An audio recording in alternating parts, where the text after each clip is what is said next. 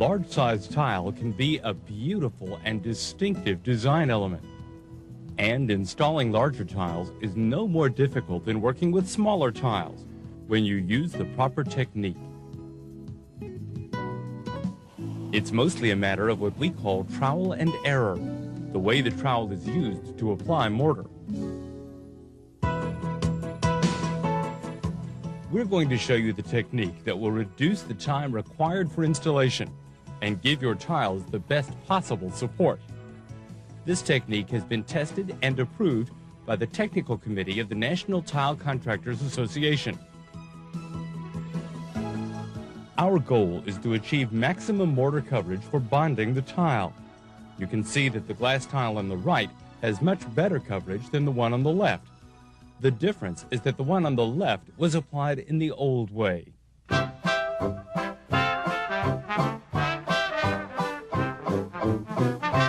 The old way of installing tile was to apply setting material mortars in a swirling pattern with the notched side of the trowel. But in this case, the old way is not the best way. Here's why. Swirls do not distribute the mortar uniformly. Where swirls cross, larger masses of mortar form. This prohibits uniform disbursement of the mortar and makes it difficult to achieve even surfaces, especially with larger tiles. Here are two more problems. Swirling not only leads to masses of mortar, it can leave air pockets where the tile is not bonded to the substrate. Also, unevenly distributed mortar increases the risk of insufficient support of the tile along edges and corners. Pressing down on the tile does not assure coverage when mortar has been applied in a swirled motion. Even beat-in with a rubber mallet won't give you uniform disbursement of the setting mortar.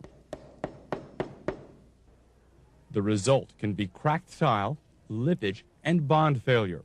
Problems like this hurt the market for tile, so it is in our best interest to make sure this does not happen.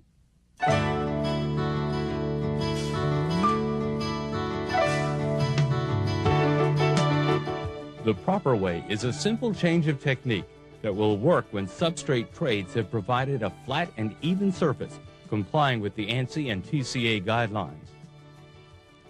First, key the mortar into the substrate with the flat side of the trowel.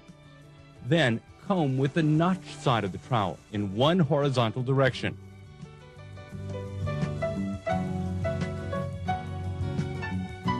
Here, for comparison, is what the surface will look like when you use the proper technique versus what it looked like using the old swirls. This horizontal combed pattern will lead to a more even distribution of the mortar and better bonding of the tile. And there is one more step that will ensure your installation is as good as it can be. When you push the tile into the mortar, move each one perpendicularly across the ridges forward and back about 1/8 to 1/4 of an inch. This is what the proper mortar application looks like from the side. The horizontal combing has left ridges and valleys. The perpendicular pressing flattens the ridges and closes up the valleys, making sure the tile gets maximum coverage and edges and corners are fully supported, with no back buttering or beat-in necessary. The same cross-sectional view of a swirled mortar installation shows how gaps can remain. Some of the swirled ridges are in line with the back and forth pressing motion, so that motion does not help close the gaps. The back and forth pressing motion only works when the mortar ridges are straight and perpendicular to the direction in which you move the tile. To be sure you are getting maximum coverage, you can remove and check the back of a tile occasionally during your installation. We want to achieve maximum coverage on all tile sizes. For 12 by 12 inch tiles, the best trowel to use is often one with 1/2 inch deep oval notches spaced 1/4 inch apart. Maximum coverage is especially important on exterior installations and very large tile, such as 24 by 24 inches. If you're not getting complete coverage, it may be necessary to use a larger notch-sized trowel. Different trowel notch sizes are recommended for installations of different sized tiles and to compensate for substrate irregularities.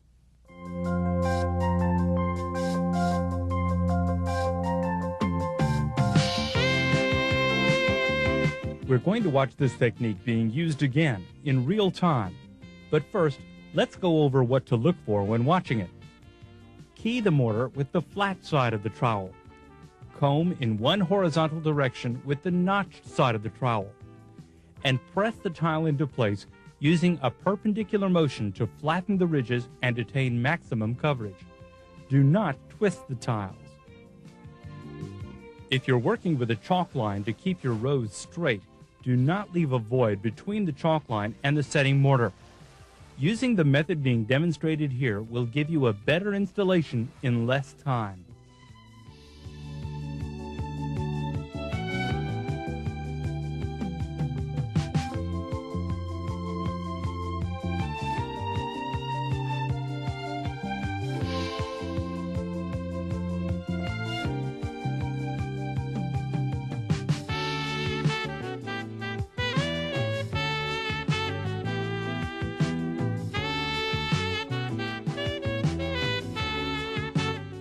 And using our glass tiles, we can see that this technique has given us an even surface that supports the tiles completely.